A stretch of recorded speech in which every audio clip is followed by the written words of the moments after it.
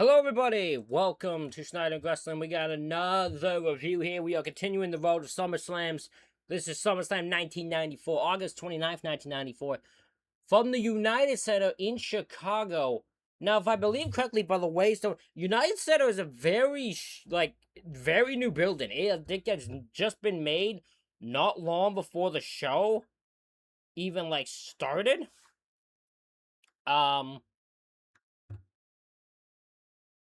So yeah, that was an interesting thing I learned. That's I found really cool.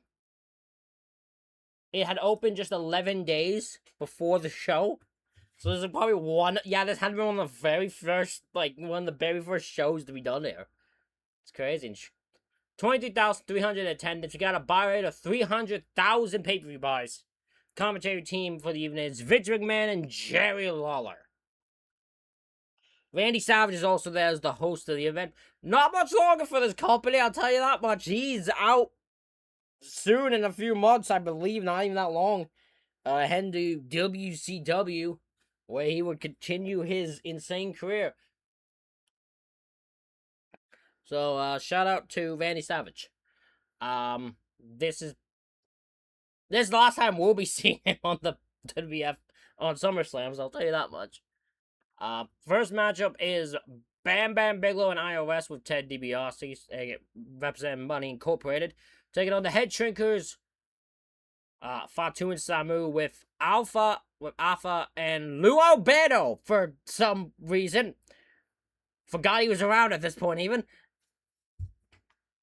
I don't have many notes for this match. IRS is sent to the outside. Bigelow sends Fatu to the outside and hanks him face first into a briefcase.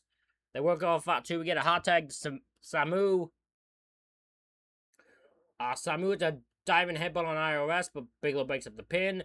It turns into just all chaos, and at the end of it, Bigelow hits Lou Albano, which causes Alpha to get into the ring and start beating up Bigelow, which causes a DQ, and they all run away. But the finish is given to the winners being Bigelow and IRS via disqualification. I give the match 4 out of 10.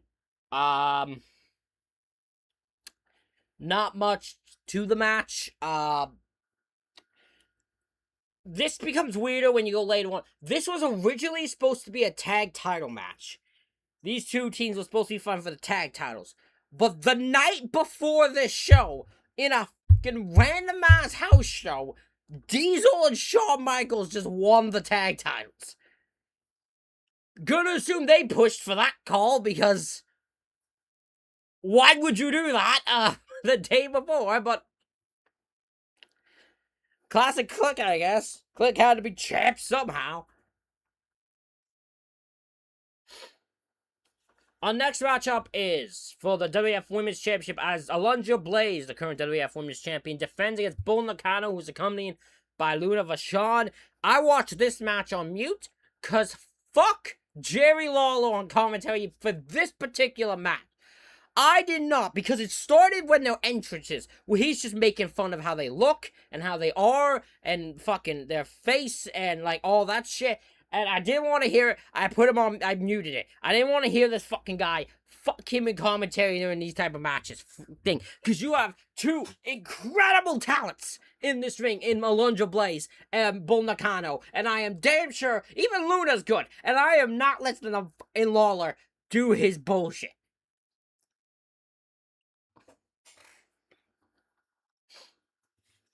They are both given flowers, Alundra and Nakano given flowers, kind of the Japanese custom thing. And Luna Vachon grabs Bull Nakano's flowers, she puts them down, just fucking throws them at Blaze, which did make me chuckle. Nakano takes down Blaze with a clothesline, and she tosses Blaze across the ring. We get a leg drop by Nakano, but Blaze kicks out. Nakano works over Blaze. Hurricane into a pin by Alundra, but Nakano kicks out. Two-handed chokeslam by Nakano. Boston Crab, but Blaze gets to the ropes. Ref is distracted by Nakano, and Luna gets involved and attacks Blaze. We do get a comeback, however. She goes for another Hurricane, but Bull Nakano catches into a powerbomb. Blaze kicks out. Nakano goes for a middle leg drop, but Blaze moves. She knocks Luna off the apron, hits the German suplex, And Alundra Blaze wins and retains.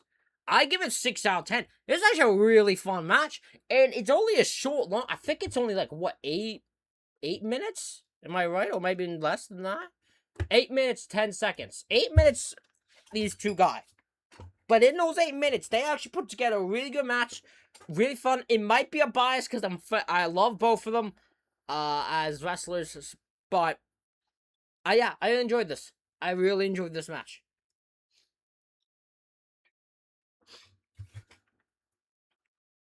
Our next matchup is for the Intercontinental Championship as the current Intercontinental Champion Diesel. When he won that, I have no memory.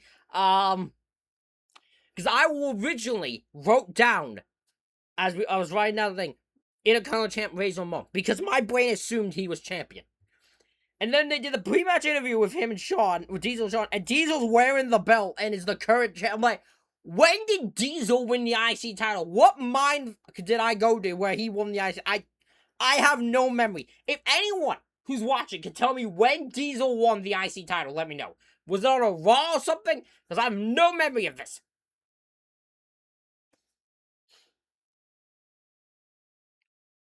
Razor Ramon is accompanied by Walter Payton, who is... Hold on, I don't want to get this wrong.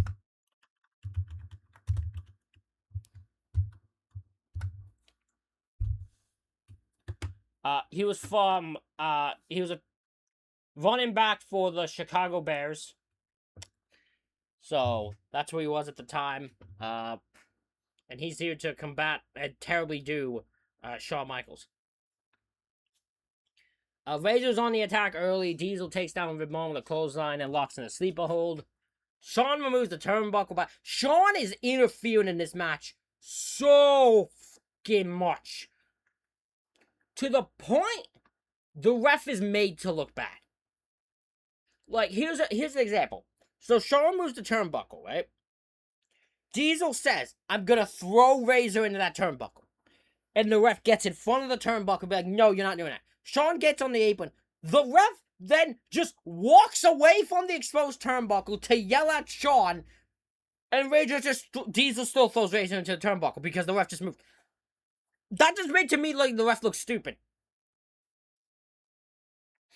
But he does that. He hits a side slam and Ramon kicks out. Diesel's in control of the match, just wears him down. Ramon sends Diesel to the exposed turnbuckle, and makes a comeback. He is crotched. He's hit with ring post-itis. Shawn gets up on the apron, Razor punches him, and Shawn just does like this flip land into the fucking barricade. It was a crazy bump. Can't believe he just did that. Diesel goes for the jackknife, but Ramon back body drops him instead. Ref is distracted by Payton, who has the IC title, because Shawn goes down and Payton takes it from him. Ref's distracted by that. Shawn gets in the ring, goes super kick Razor, but Razor moves and he hits Diesel instead. Payton then pulls Shawn out of the ring, and Razor covers and becomes the new Intercontinental Champion. I actually give this match 7 out of 10. I really enjoyed this match, despite still how bad the ref looked. Plus, it's a story of Shawn getting involved in Walt Payton you think he's just becoming useless, and then when he finally gets involved, it helps Razor out the most for him to win. Yeah, I think it was done very well. Razor's the new Intercontinental Champion. Yeah, good match. Overall, can't complain. Shout out. It is putting on better matches than I thought on this show, I'll say that. Next matchup, though, is a bit of a downer. It is Tatanka versus Made in the USA, Lex Luger. I don't know why that's his new nickname, but that is his nickname. It's Made in the USA. Is it Tatanka from the USA too? What? Hold on.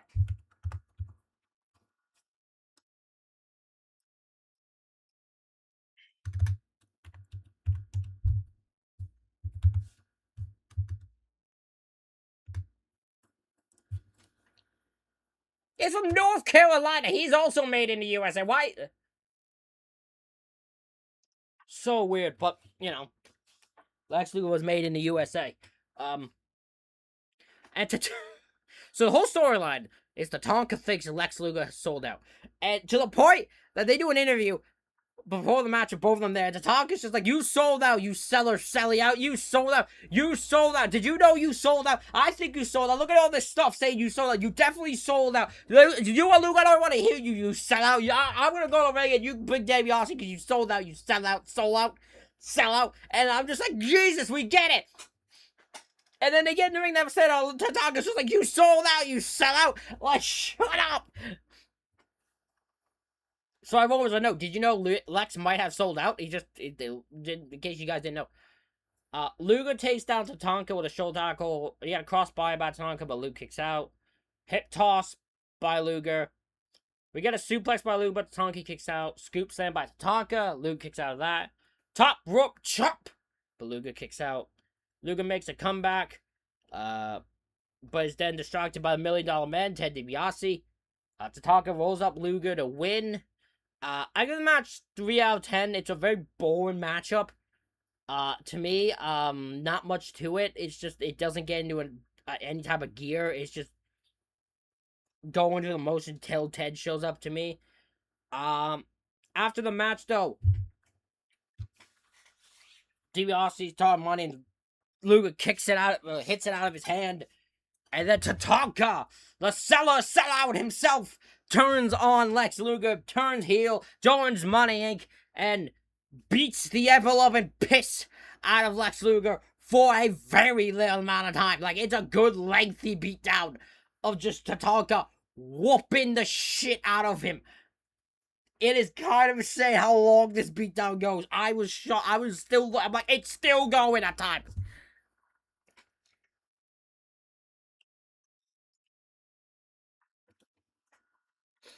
Our next matchup is Double J, Jeff Jarrett taking on Mabel with Oscar. I have no idea why this match is happening. They didn't explain to me why this match was happening. It's the only one I don't know really why it's going on.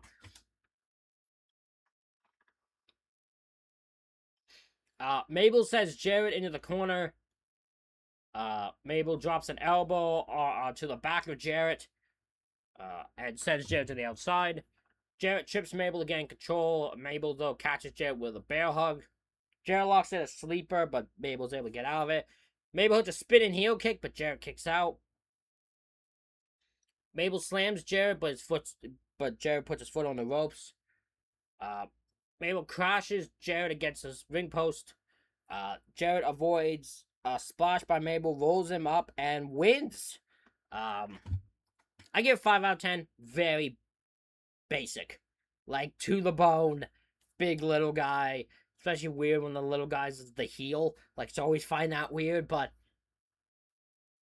Jarrett wins, and yeah. Just continuing the momentum for Double J, Jeff Jarrett.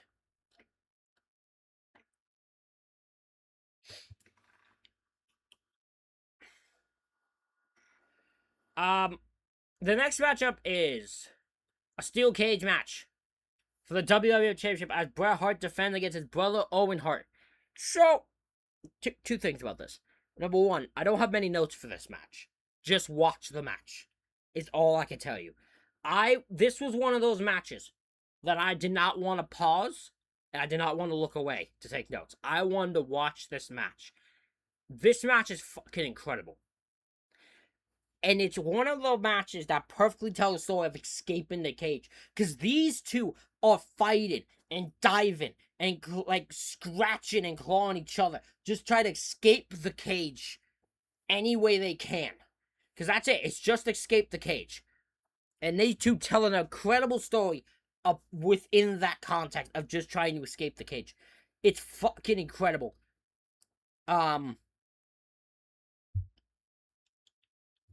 That being said, no issue about the match.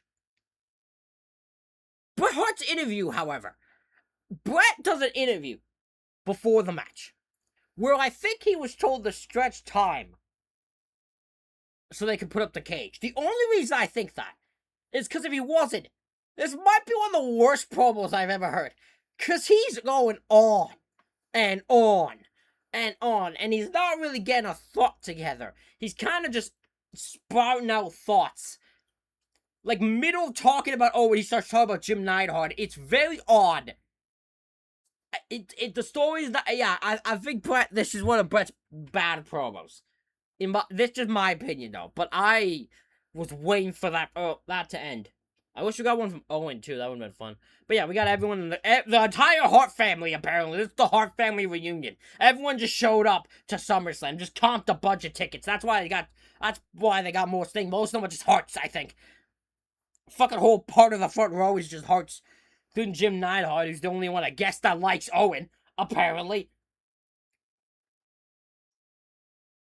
But yeah, I definitely recommend watching this match. All I have down is Brett escapes the win. Which I know does not do the match justice. I'm telling you, I cannot do this match justice. This might be one of the best cage matches I have watched. Watch it. Just like Mania 10. This match is 10 out of 10. This match is perfect. I have no complaints. Not one. Not one single complaint about this match. This match goes 30 minutes long. 30 minutes. No complaints. Beautiful match. Beautiful story told. Watch it. 10 out of 10. Perfect. I think it might be one of the best cage matches that no one talks about. The fact this is not talked about more is crazy.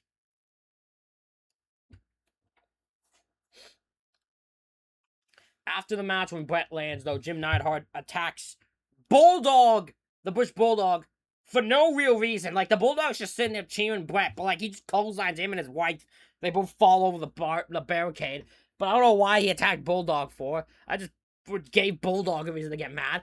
And then they attack Bret Hart, and they bring Owen and Neidhart bring Brett back into the cage. They lock the cage and try to get and just start beating his ass for good length of time. Either the Hart family's trying to get in, but they keep playing King of the Hill. They keep knocking him off till Bulldog finally gets in, and Jim and Owen escape. I thought this led to a tag match, but unless it did on an episode of Raw or something like that, apparently not, because it led to just, Brett would move on to a feud with Bob Backlund for Survivor Series, which, oh boy, I forgot about that. I can't wait till I have to review that one if I ever get to Survivor Series, which you will decide once I get to 01 to SummerSlam. You will decide, do I keep, going with Manias, SummerSlam, or do I start with Survivor Series?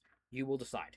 Just so you guys know, there will be a poll for that once we get to 2001. So when you see SummerSlam 2001 review, if you're watching this one and you watch every review, when you get to SummerSlam 01, if you go to after I post that, I will post the poll.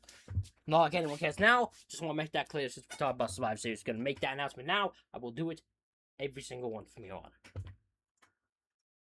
We then go into the main event. Why is this the main event? I have no clue, because I never would have made this the main event, but they thought this was main event worthy. It is The Undertaker, Bryan Adams, who I put down. I called him Bryan Adams in the notes, just so I didn't forget. So if I call him Adams, that's why. It's Bryan Adams. But The Undertaker, Ted DiBiase's Undertaker is how they call him, taking on Paul Bearer's Undertaker, the actual Undertaker. So at Survivor Series,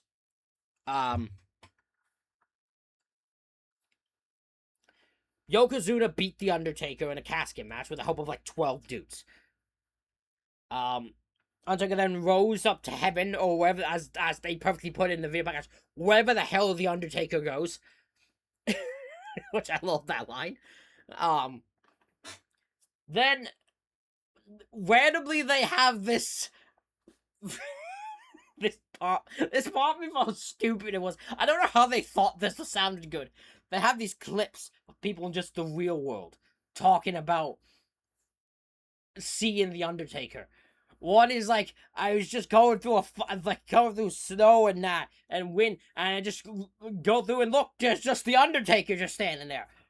The one that made me laugh the most is because how weird it was when they talked about when they're at a fucking daycare or like a young kid's school, a young kid, and they're talking about how they've seen the Undertaker just sliding down the slide, and I was like, you're telling me the Undertaker is just hanging out at school playgrounds? That's fucking weird. Even if that's DiBiase's Undertaker, that's still fucking weird. But they're not telling the stories that DiBiase was just like, I have found the Undertaker, and he brings back the guy who's clearly not the Undertaker. Like, they don't look alike. They think they do. They're trying to play it off as they do. Once the match starts, you really can tell they don't.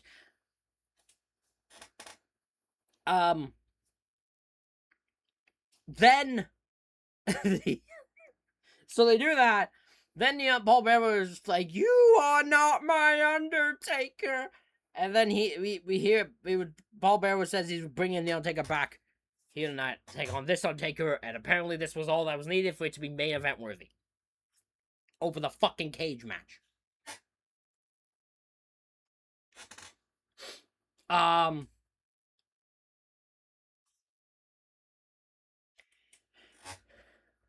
So, yeah, Undertaker and DiBiase make their entrance. Or Bryan Adams, fake Undertaker, and Ted DiBiase make their entrance. Then Paul Bearer comes out. Then the Druids come out and bring a casket.